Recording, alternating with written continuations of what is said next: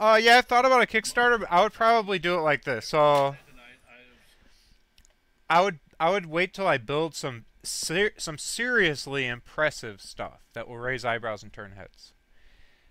Just like some game studios will start a Kickstarter for their video game after they have like a teaser trailer for the game with actual gameplay graphics and mechanics demonstrated and maybe a couple maps finished.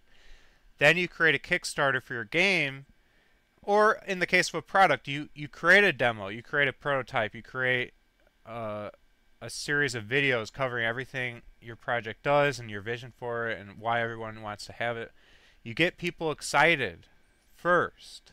Then you can create a Kickstarter, raise a lot of money, and figure out how you're going to give back to the people donating, whether it's merchandise, whether it's their name on your website, whether it's, I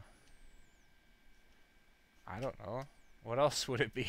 I mean, there's not that much stuff you can give, but I could look at other Kickstarters for examples of stuff you can give to the donators to make it worth their while. Maybe they can meet you, meet and greet. They can play with the robot, like try it out when it's done.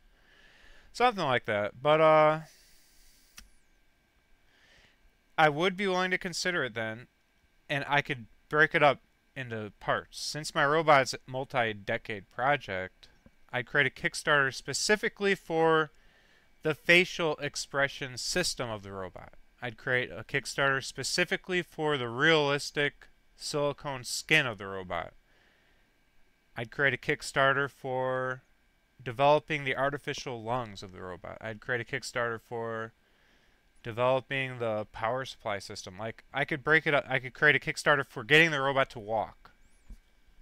I could create a Kickstarter for getting the robot to be able to cook meals.